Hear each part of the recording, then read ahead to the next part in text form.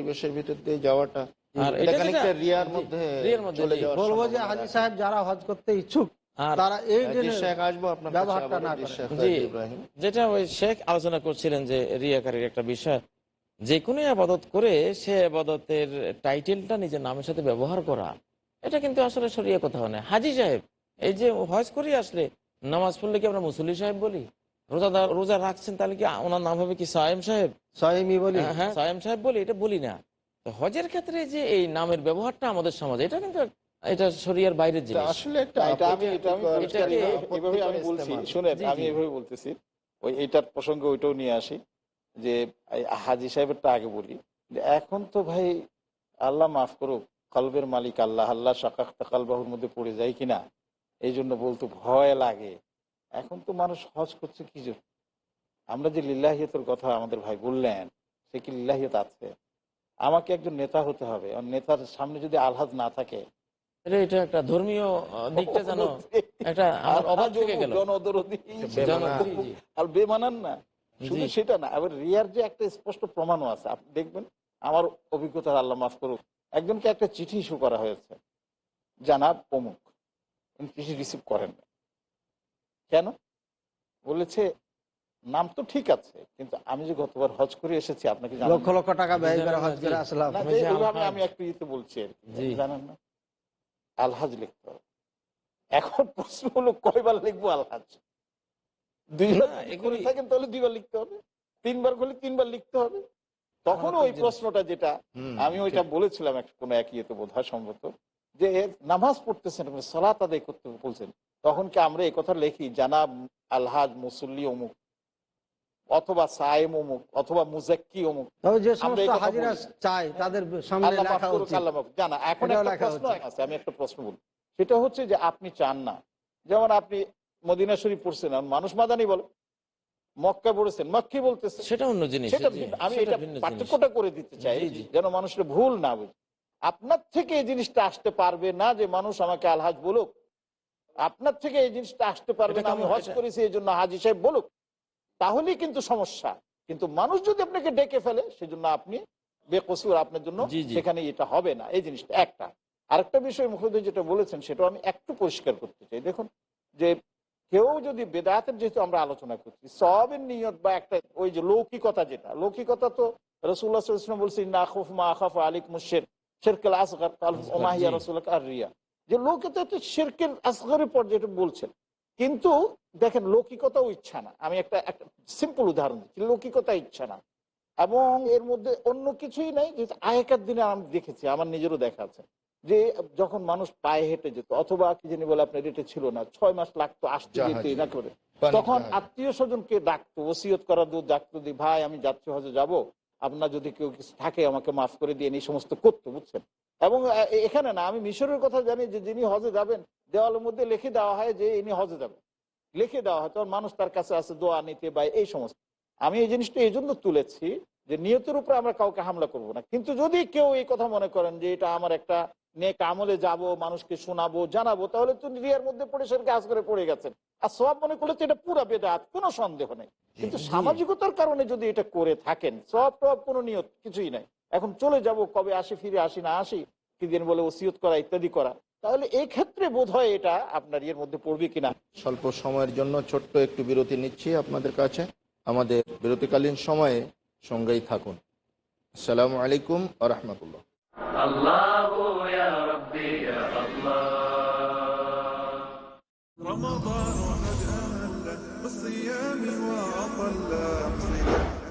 আসসালামু আলাইকুম ওয়া রাহমাতুল্লাহ। আমি মোহাম্মদ হাশিম মাদানী, পিস টিভি বাংলার পক্ষ থেকে, আমার পক্ষ থেকে সকল মুসলিম ভাইদের জানাচ্ছি মাহে রমজানের মুবারকবাদ।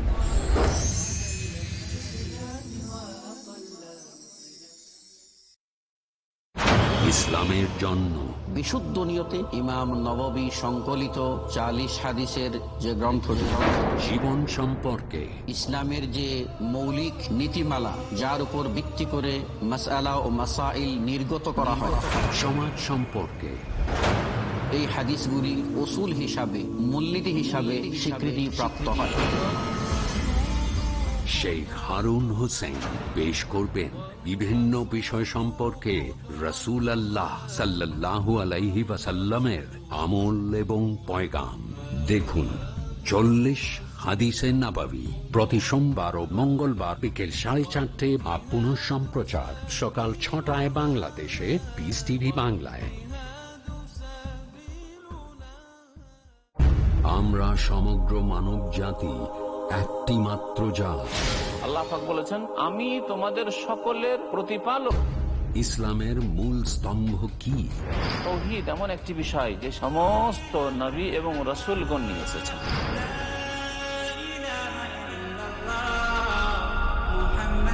কোরআন কেমন পথ দেখায়? যেই রাস্তা অত্যন্ত সঠিক এবং সুষ্ঠু সোজা। কল্যাণ অর্জনের উপায় কি? 5 ওয়াক্ত নামাজের হেফাজত করলে আল্লাহ পাক রব্বুল আলামিন ইহ জগতেও সুখী করবেন আর পর জগতেও সুখী করবেন। সবচেয়ে বড় গোমরাহি যেই ব্যক্তি আল্লাহর সাথে কাউকে অংশী বানাবে তার জন্য আল্লাহ পাক রব্বুল আলামিন জান্নাতকে হারাম করে দেবেন। জানুন ইসলামের মূল ভিত্তিগুলো। দেখুন ইসলামের খুঁটি সমূহ প্রতি বুধবার সন্ধ্যা 5:30 বা পুনঃ সম্প্রচার রাত 3:30 বাংলাদেশে পিস টিভি বাংলায়। দ্বিধা, দ্বন্দ্ব, মূল্যবোধের অভাব, প্রকৃত বিশ্বাসের অভাব, অসচেতন জীবনযাপন, ধর্মকে ভুলভাবে তুলে ধরা, ধর্মীয় গ্রন্থের পরিবর্তন এবং সংস্করণ যথাযথ তথ্য পেতে সকল ক্ষেত্রে আমি সংগ্রাম করছি সত্য প্রকাশ করতে, কারণ এটা যারা আপনার অধিকার আর আমার দায়িত্ব সত্যটা বলা। দেখুন সত্য উন্মোচন পরবর্তী অনুষ্ঠান পিস টিভি বাংলায়।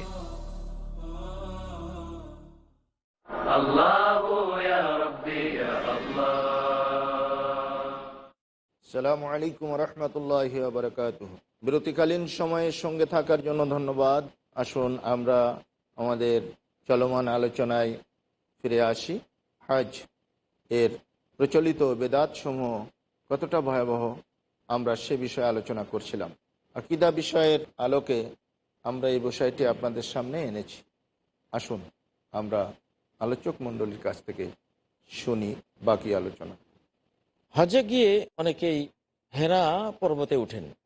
হেরা পর্বতে উঠা বা সাওর পর্বতে সেখানে যাওয়া এই জাতীয় কোনো এগুলি হজের সাথে আসলে এগুলি কোনো সম্পর্ক নেই, এগুলি বেদাত। আরাফাতের পাহাড়ে ওঠা, জি, এবং যারা এগুলিতে যাওয়া মনে করা যে এটা আমি বিশাল কাজ করতেছি, অনেক সওয়াব পাবো, জি এটা একটা মারাত্মক জিনিস। আর এই যে ওমরার বিষয়টি চলমান ছিল বেরেকে যাওয়ার আগে আমাদের জি ওমরা একটু ক্লিয়ার করে দিলে এক ভালো সফরে হবে। একটা ওমরা করবেন। হজ্জে তামাত্তু হলে তিনি ওমরা করবেন, ওমরার পরে হালাল হয়ে যাবেন। কেরান হলে তিনি ওমরা করবেন, হালাল হবেন না, এক ইহরামে তিনি থেকে যাবেন। কিন্তু একটা সফরে একাধিক ওমরা করার পক্ষে কোনো আয়েশা মসজিদ দলিল নেই যে থেকে আয়েশা কথায় মসজিদ থেকে আপনার বারবার গিয়ে এখানে আরেকটা বিষয় actually করতে হবে যে তিনি যদি এহরাম ইয়ের জন্য যে মিকাত আছে, মিকাতে কুবরায় পৌঁছে যান, কিন্তু তাহলে তাকে আবার যদি আসতে হয় তাহলে এহরামের ইয়েতে তাকে আসতে হবে। সেখানে কিন্তু তিনি ওই এক সফরে আসছেন, যেমন নাকি আমি মিকাতে এহরাম ছাড়া একটা উদাহরণ দিই, যেমন নাকি আপনার একজন কথার কথা ঢাকা থেকে আপনার গেলেন প্রথমে মক্কায় গিয়ে তিনি থাকলেন, ওমরা করলেন, সবকিছু করলেন, করার পরে তিনি গেলেন মদিনায়। মানে মদিনা থেকে আবার তিনি আসছেন।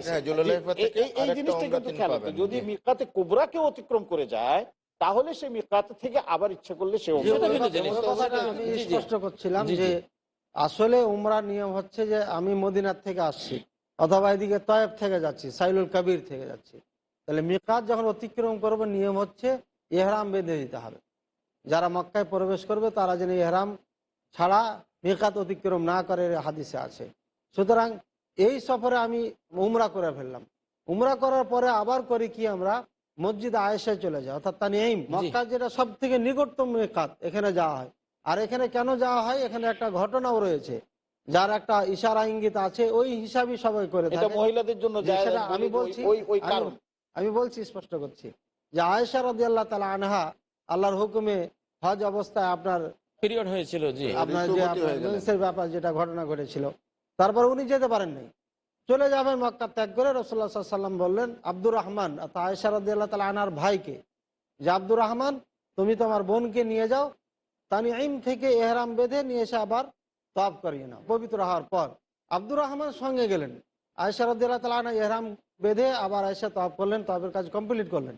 এখানে শিক্ষণীয় বিষয় আমাদের এটা, যে আব্দুর রহমান নিজে তার বোনের সাথে ছিলেন, আব্দুর রহমান নিজে কিন্তু ইহরাম বাঁধেনি। তাহলে কি বোঝা যাচ্ছে যে এটা খাস আয়েশা রাদিয়াল্লাহু তাআলা আনহার জন্য এটা উনি কাজা করেছেন, এবং আমরা করতে পারেন না, এটা পরে আয়েশা করেছেন। রাদিয়াল্লাহু তাআলা আনহার মতো কোনো নারীর যদি এরকম এসে যায় সময়, তাহলে তার জন্য সেটা অনুমতি আছে। কিন্তু একজন পুরুষ সুস্থ, তার কোনো এক কথায় যে বাধ্যতা এই নাই, বিধান নেই। বিধানে এটা হতে একাধিক উমরা পারে করার না। যে প্রবণতা এক সফরে চলছে একটাই এখন, উমরা দেখা যায় এটা বিদআত। জি, এখানে আরেকটা বেদাত আছে, যেমন সেটা হলো কাবা শরীফের তো হলো রুকনে ইয়ামানি আর যেটা হাজারে আসওয়াদ, এই দুটাই হলো জি একটা চুম্বন করা, একটা স্পর্শ করা। স্পর্শ করা। কিন্তু মানুষ ওই যেটা রুকনে ইয়ামানি সেখানে গিয়ে চুম্বন করে, সীমাল যেটা আছে, জি জি, ওটাকে সেখানে গিয়ে চুম্বন করে। আর এখানে তো হাজারে আসওয়াদ, এটা তো এমন জরুরি নয় যে আমাকে নারী পুরুষ ভিড় করে জীবন বাজি রেখে আমাকে সেখানে যেতে হবে, এটা তো নিষেধ। অবশ্যই অবশ্যই নিষেধ। ওই নবীজি এটা বড় আমাকে চমৎকার নিষেধ কথা বলছি, মানে জি, জি। হজরে আসওয়াদ চুম্বন করাটা হচ্ছে সুন্নাত, কিন্তু ইজাউল মুসলিমিন হচ্ছে এটা হারাম। হারাম। হারাম। অন্যকে কষ্ট দেওয়া হচ্ছে হারাম। এটা হারাম। একটা সুন্নত পালন করতে গিয়ে আমি যে হারামের লিপ্ত হচ্ছে, এই কথাটা আমার মাথায় থাকে না। মানে 5 টাকা লাভের জন্য তিনি 50 টাকার ক্ষতি করলেন, ক্ষতি করলেন। তাহলে তো এটা লাভ হলো না। যে এগুলি- আমাদের সমাজে আর একটা সমস্যা আছে, যে নারীদের উপর হজ ফরজ হয়েছে, তার সাথে মাহারাম নাই, অর্থাৎ ছেলে নাই, স্বামী নাই, ভাই নাই, বা নিজের দামাদ নাই, অর্থাৎ মেয়ের যেটা স্বামী সে নাই। সুতরাং হজ করতে কার সাথে যাবে? অন্য পুরুষের সঙ্গে যাই, এটা কিন্তু সম্পূর্ণ আপনার অবৈধ। তার উপর তো হজ ফরজে হয় না, তার তার উপর মাহরাম নাই, হজ তার ফরজে বিয়ে হয় না। এই কথাটাই যেতে পারে। বড় চমৎকার আমি বলতেছি, যে এই বিষয়টা আমাদের মা বোনদের পরিষ্কার জেনে নিতে হবে। আমি আমার প্রিয় দর্শকের উদ্দেশ্যে বলছি, মেয়েদের জন্য হজ ফরজ হওয়ার জন্য যেমন স্বাবলম্বিতা শর্ত, তার সাথে এই তার মাহরাম থাকাটা হচ্ছে এইটা শর্ত। এটা শর্ত। শর্ত। এটা শর্ত। মাহরাম না থাকলে হবে না। আমি জি, একবার জি। আরো স্পষ্ট করে বলি, জি জি, কিছু কিছু এজেন্সি ওয়ার্ল্ড ওয়াইড, আমি শুধু কোনো দেশ না, ওয়ার্ল্ড ওয়াইড কিছু এজেন্সি আছে, তাদের কাছে মায়েরা বোনেরা গিয়ে ধর্ণা দেয়, আমার তো কেউ নেই, স্বামীও নেই, ছেলেও নেই, থাকলেও তারা যেতে পারছে না, আমি হজে যেতে চাই। ওরা বলে ওয়েলকাম, আপনার কোনো অসুবিধা নেই। কেন? এই ধরনের আরো বহু মহিলা আমাদের সাথে আছে, তাদেরকে নিয়ে আপনাকে গ্রুপ বানিয়ে আমরা পাঠিয়ে দেব। এই যে কাজটা করে সম্পূর্ণরূপে এটা শরীয়ত বহির্ভূত, এটা সম্ভব নয়। এক, সম্ভব শুধু নয়। তাই না, আরো মজার ব্যাপার হচ্ছে, যাবেন আপনি হজ করতে, কিন্তু আপনার সূচনাটা হচ্ছে মিথ্যা। সেখানে আপনাকে লিখতে হয় যে এর সাথে মাহরাম হিসাবে তার ভাই অথবা তার স্বামী অথবা তার মা, একজনের নাম দিতে তারা হয়। যাচ্ছে, এটা লিখতে হয়। এটা সম্পূর্ণ মিথ্যা। অতএব এই ব্যাপার বিষয়টা আমি আমার মা বোনদেরকে বিশেষ করে বলবো, এবং আমাদের ভাইদেরকেও বলবো, যে আপনারা সাথে নিয়ে যান, আপনারা সাথে নিয়ে যান। যদি না যেতে পারেন, ওই মাকে বলবো, বোনকে বলবো, যে আপনি ঘাবড়াবেন না, যে আপনার মাহারাম নাই দেখে আপনি হজে যেতে পারেননি, এই জন্য আপনি সব থেকে বঞ্চিত হয়েছেন না, বরঞ্চ এই আমলটা করার কারণে, যে আল্লাহ আমার তো মাহারাম ছিল না, আমি যেতে পারি নাই, এই জন্য আমাকে তুমি মাফ করো, অবশ্যই আল্লাহ আপনাকে মাফ করে দেবেন, এবং এর এবং জন্য তার আপনি রাস্তাও সওয়াব আছে। প্রাপ্ত হবেন। জি জি। এবং হজ করার রাস্তাও আছে, যে ওই নারী যে যেতে পারবে না মাহারাম কারণে, সে কি করবে? বদল হজ করিয়ে দিবে। বদল হজ করবে, যদি একবারে দেখে যে না এর কোনো রিকভারি বদল হজে তো জরুরি, তা তো হজ ফরজে হবে না, সেটা তার মাহরাম সেটা নয়, ফরজে হবে মাহরাম না। নাই, আমরা তা সেটাই বলছি। জি ফরজে হবে না। তারপরে কোনো কারণে যদি না যেতে যদি পারে, করতে চায়, এখানে একটা মাসালা আপনি পারে। যেটা উঠেছেন মুখলেস ভাই, আমি বলি, ধরেন উনি ওনার হজটা কাউকে দিয়ে ফরজ হজটা কাউকে বদলি করে দিলেন, কিন্তু ফরজিয়তকে সাকেত হবে? ওলামায়ে কেরামদের মতো হবে না। কারণ যদি উনি পরবর্তীতে মাহরাম পেয়ে যান, তাহলে তাকে আবার যেতে হবে। তাই না? আমি জি। তো এই জিনিসটাই বলতেছি। কাজেই মাহরাম ছাড়া তার উপরে যেতে আমরা হজ বলবো ফরজ যে আপনি না। অপেক্ষা করেন। আপনার ছেলে যদি বয়স্ক হয়, বা আপনার যদি কোনো আপন ভাই যায়, বা যদি আপনার কোনো আপন চাচা যায়, যারা মাহরাম আপন যায়, মামা। তাদের সাথে যাবেন। আপনি তাকে থাকেন, কে যাচ্ছে আপনি তাদের সাথে থাকেন, যতক্ষণ পর্যন্ত পাবেন না, কথা আপনি তো মাহরামের হজ ফরজ সাথে দিন না। যেতে হয়। আপনি মাহরামের সাথে যেতে হয়। বদলিতে যাবেন জি, কেন? জি। আর যদি বদলি যেতে হয়, যখন আপনি দেখবেন যে না আর আপনার পক্ষে সম্ভব না, তখন আপনি ওসিয়ত করতে পারেন, বাবা আমার উপর তো হজ ফরজ হয় নাই, কিন্তু তারপরেও আমার একটা হজ করার দরকার, তোমরা আমার পক্ষে করে দিও এই 9 টাকা, হয়ে যাবে, সেটা ভিন্ন কথা। যে আমরা আর একটা কথা এখানে রাখি, যে কেউ যদি পাসপোর্টে কথা লেখে যে আমার সঙ্গে ভাই আছে বা স্বামী আছে, এখানে কিন্তু আর একটা কাবিরা গুনাতে সে লিপ্ত হচ্ছে। যদি অবশ্যই। স্বামী বলে, তাহলে তো তার স্বামী হয়ে না, গেল। স্বামী বলে না, তাহলে- আমি যেটা জানি, তাহলে ভাই বলে। হ্যাঁ, সাধারণত ভাই যদি ভাই বলে অথবা চাচা, অন্য বা সম্পর্কের মামা, এই জি, ধরনের। এগুলো স্বামী থেকে- কোনোদিন তো বলে না। একটা মানে এখানে পাসপোর্টে লেখা মানে একটা দলিল করে নেওয়া, যেটা ভাই আমার। সেটাই ভাই বললাম। কথায় এভাবে প্রক্সি সম্পূর্ণ দিয়ে অবৈধ। মাহরাম তৈরি করে যাওয়াটা শরীয়তের কাঙ্ক্ষিত এবং কোনো ইবাদত না, এটা নয়, কবিরা বাস, গুনাহ, শুনেন, আমি এটা বলতেছি হারাম। না, এর পাশাপাশি আমরা এটাও বলে দেই, আমাদের যারা হজ এজেন্সিরা আছেন বিভিন্ন দেশে, আল্লাহর ওয়াস্তে তাদের কাছে আমরা অনুরোধ করতেছি, আপনি এইভাবে আমাদের যাবেন মা না। বোনকে প্রতারণা করবেন না, ঠকাবেন না। কতই বা আপনি সেখান থেকে লাভ করবেন বা কিছু করবেন। আচ্ছা, হজ বিষয়ে আমরা মদিনার দিকে একটু যাই। মদিনায় যাওয়ার সাথে কিন্তু হজের কোনো সম্পর্ক নাই, কোনো সম্পর্ক নাই। মদিনা টোটাল ভিন্ন জিনিস। সেখানে হলো নবী সাল্লাল্লাহু আলাইহি ওয়াসাল্লামের মসজিদ জিয়ারতের উদ্দেশ্যে কেউ গেলে যেতে পারেন, যেহেতু লা তুসাদ্দু রিহালু ইল্লা ইলা সালাসাতি মাসাজিদ, পৃথিবীর বুকে 3টি মসজিদে ইবাদতের উদ্দেশ্যে যাওয়া যায়। একটা হলো মসজিদে হারাম, যেখানে এক ওয়াক্তে 1 লক্ষ ওয়াক্ত সওয়াব। দ্বিতীয় হলো মসজিদে নববী, যেখানে এক ওয়াক্তে 1000 ওয়াক্ত সওয়াব। তৃতীয় হলো মসজিদে আকসা, যেখানে এক ওয়াক্তে 500 ওয়াক্ত সওয়াব। কিন্তু মদিনায় কেউ জিয়ারতের উদ্দেশ্যে যাবে, এটাও তো ঠিক না। কবর জিয়ারতকে মাকসুদ বানালে সে সফর তো তার জন্য জায়েজ হবে না। মসজিদে নববীকে উদ্দেশ্য করে যাবে, সেই প্রসঙ্গে সে জিয়ারত করবে বা শুহাদায়ে উহুদের কবরে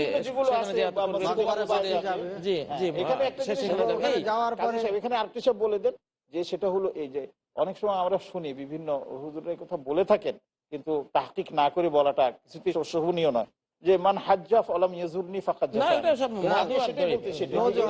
এই ধরনের হাদিস, জাল হাদিস দিয়ে যদি এই ধরনের কথাগুলো বলে তাহলে এটা মানা যাবে না, এটা শোনাও যাবে না। অনেকে ওখানে গিয়ে ওই যে 40 ওয়াক্ত নামাজের কথা প্রশ্ন আছে যে মসজিদ নববীতে চললে, হ্যাঁ এই ধরনের কিছু হাদিস পাওয়া যায়, কিন্তু সেটা দুর্বল। কেউ আমলযোগ্য বলেছেন, কেউ আমলযোগ্য বলেননি, কিন্তু করতে হবে এটা যদি মনে করা হয় তাহলে এটা কিন্তু আমরা একটা কথা বলবো যে হজের সাথে মদিনার কোনো সম্পর্ক নেই, কোনো সম্পর্ক নেই। ঠিকই আছে, মক্কায় আসার পরে যদি মদিনা যেতে হয় তার নিয়াত হতে হবে মসজিদে নববী জিয়ারত। তারপরে মসজিদে নববীতে একটা কথা মনে পড়ে যাচ্ছে, সেটা হলো এই যে আমরা একটা বিষয় লক্ষ্য করতে পারি, প্রিয় নবী মুহাম্মদ রাসূলুল্লাহ সাল্লাল্লাহু আলাইহি ওয়াসাল্লাম মদিনায় অবস্থান করছিলেন, হজ্জের জন্যই তিনি মক্কায় গেলেন। মদিনা থেকে জি, সুতরাং এখানে প্রমাণিত হয় যে হজ্জের কার্যক্রম মক্কা বা বাইতুল্লাহ কেন্দ্রিক। আচ্ছা, এখানে কিছু জিনিস আছে মদিনা বা মক্কায়, এখানে বলা আছে যে মান আহদাসা ফিহা হাদাসান আও আওয়া মুহদিসান ফালাইহি লানাতুল্লাহি ওয়াল মালাইকাতি ওয়ান নাসি আজমাইন। কেউ যদি এই মদিনায়, এটা পৃথিবীর যে কোনো জায়গাতে হারাম, বিশেষ করে মদিনার কথা আরো জোর দিয়ে বলা হয়েছে, এখানে কোনো বেদাত যদি কেউ করে বা কোনো বেদাতি ব্যক্তিকে যদি আশ্রয় দেয়, তার উপরে আল্লাহ লানত, সমস্ত ফেরেশতার লানত, সমস্ত মানব জাতির লানত। কোনো নফল ফরজ ইবাদত তার কবুল হবে না। অতএব সেখানে নবীজির কবরে গিয়ে কোনো বেদাত, যাতে কেউ এমন কোনো প্রার্থনা, নবীজির কাছে কোনো কিছু চাওয়া, যে রাসূলুল্লাহ মদিনাতে যাওয়ার পরে কিছু করণীয়, কবরকে স্পর্শ করা, কবরে চুমা দেয়া, কবর কেন্দ্রিক কোন রকমের কোনো বেদাত অথবা সেখানে কোন রকমের শিরক ইত্যাদি, এগুলি করলে কিন্তু একবারে লানত, যে লানতটা মারাত্মক জিনিস। তো অতএব খুবই সতর্ক থাকতে হবে যারা মদিনায় যান। সেখানে তিনি মসজিদে নববীতে যতক্ষণ থাকেন সালাত পড়লেন, বা রওদা, যেখানে রওদাতুম মিরিয়াদিল জান্নাহ, সেখানে একটু 2 রাকাত তিনি সালাত পড়লেন, তারপরে একটু কবর সুযোগ পেয়ে যায় পড়লো, এবং উহুদে গেলেন, কুবায় গেলেন, এই তো উযু করে আপনার যেখানে থাকবে সেখান থেকে উযু করে যদি কুবাতে 2 রাকাত নামাজ পড়ে তাহলে উমরার নেকি, এক উমরার সওয়াব। কিন্তু সেখানে অনেকে আবার মসজিদুল কিবলাতাইনে গিয়া মনে করেন সেখানে সালাত পড়তে হবে, ওদের এগুলি তো খন্দকের ওখানে যায় সালাত পড়ে, এগুলো নাই। আজ এই পবিত্র ইবাদতটি সম্পন্ন করতে আমরা সব সময় সচেষ্ট থাকব নবী করিম সাল্লাল্লাহু আলাইহি ওয়াসাল্লামের পদ্ধতি, তার অনুশীলিত পদ্ধতি বা তার রেখে যাওয়া পদ্ধতি, অর্থাৎ মাসনুন তরিকাগুলো আমরা গ্রহণ করব। আর যে সমস্ত বেদাত পথ বা প্রথা এর মধ্যে অনুপ্রবিষ্ট হয়েছে সেগুলো থেকে আমরা বিরত থাকার চেষ্টা করব। আল্লাহ আমাদের সকলকে তৌফিক দান করুন, আমিন। সুবহানাকা আল্লাহুম্মা ওয়া বিহামদিকা আশহাদু আল্লা ইলাহা ইল্লা আনতা আস্তাগফিরুকা ওয়া আতুবু ইলাইক। আসসালামু আলাইকুম ওয়া রাহমাতুল্লাহ। আল্লাহু আল্লাহু ইয়া রাব্বি ইয়া আল্লাহ, আল্লাহু ইয়া রাব্বি ইয়া আল্লাহ। লা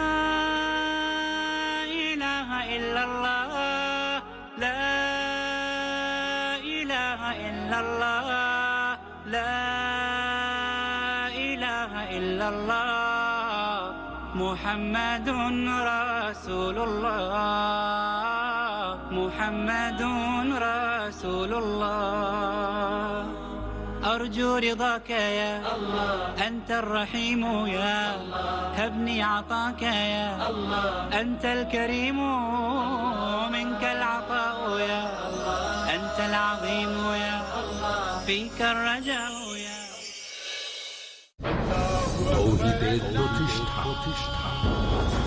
আল্লাহ একত্বটাই মূল জিনিস। উপরটার বিষয়টাই হচ্ছে এই তাওহীদের বিষয়টা হলো মূল বিষয়।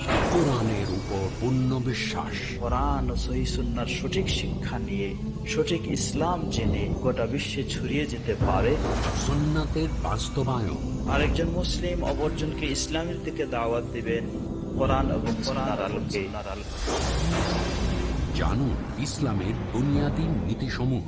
দেখুন মুসলিম জীবনের মূল ভিত্তি। প্রতি বৃহস্পতিবার রাত 9টায় আর পুনঃ সম্প্রচার দুপুর 1:30টায় বাংলাদেশে পিস টিভি বাংলায়। মোমেনের চাল চলন, ইসলামী তরিকা, আমলের পরীক্ষা। আমি মোহাম্মদ হাশিম মাদানী, শেখ হাশিম মাদানী। আর আপনারা দেখছেন পিস টিভি বাংলা। কেন জীবনের সফলতার জন্য দরকার ইসলামী তরিকার জানার জন্য দেখুন ইসলামী নৈতিকতা। দেখুন আদব প্রতি মঙ্গলবার সন্ধ্যা 5:30টায় আর পুনঃ সম্প্রচার বিকেল 3:30 বাংলাদেশে পিস টিভি বাংলায়।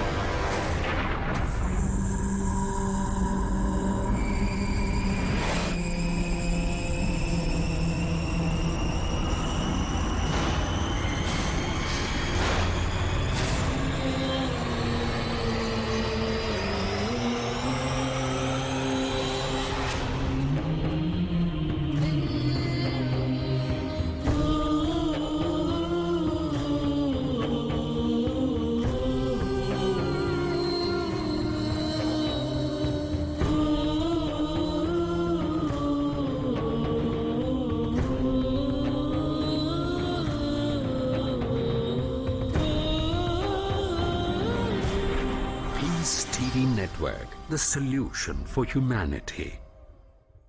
Scientists are not eliminating God, they're eliminating models of God. You learn Sanskrit, go back to your scripture, go back to your Vedas and realize that God is one. Division in Islam is prohibited.